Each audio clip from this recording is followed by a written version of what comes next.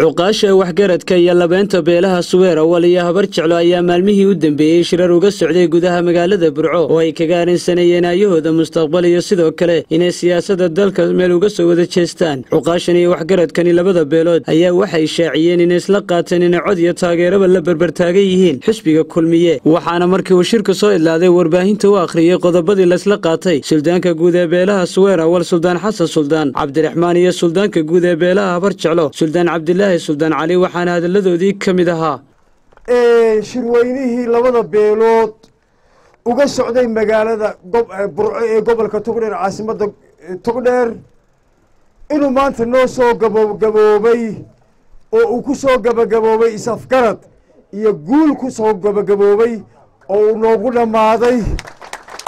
ayaanu halkan ka naadinaynaa oo aan warbaahinta iyo ummadayada u sheegaynaa waxa ka soo baxay qodobo dhowr ah ka soo baxay qodobadu waxa weeyaan kow in la adkeeyo jiritaanka qarannimada Soomaaliland iyo in la adkeeyo nabadgelyada guud ee dalka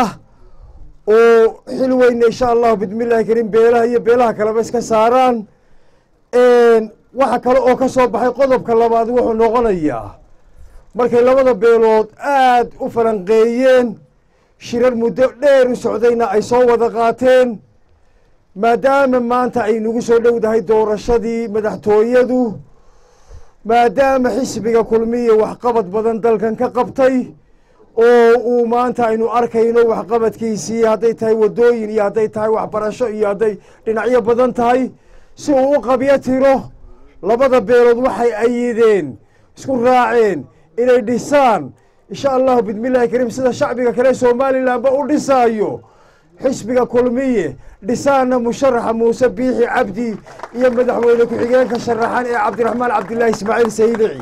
sidaasaanu gacmaha isu qabsanay ee isugu yimi halkan shirka kan beesha habar jeclo iyo beesha awal ee falanqeeyay noloshooda iyo mustaqbalkooda iyo karaamadooda waxay isla garteen inay mowqif iska wada taagaan siyaasadda maanta socota kana wada shaqeeyaan xoojiyaanna xusbiga kulmiye madaxweynaha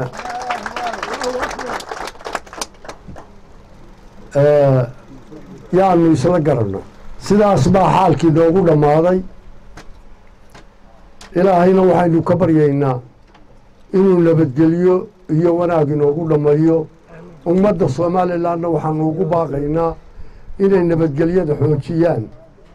oo meel uga soo wada jeestaan oo axsaabtu waa kubad la cayaaraya kubadda marka hore lagu sii socdo waa ahad moodaa in laysu cadhaysan yahay marka laga dareero qola badisona waa laysu qoslaa markaa doorashadu waa sida waa in ceeblaan iyo walaalnimo lagu galaabaanu ku dardaarmay geesta kale waxa bogaadiyay shirkan iyo qodobada la isla qaatay boqor buulmadow oo ku sugnaa goobta uu shirku ka socday beelood ay isla garteen oo isla qaateen in si wada jira oo dhammaystiran loo taageero oo loo dhiso musharaxa madaxweynaha Muuse Biixi Cabdi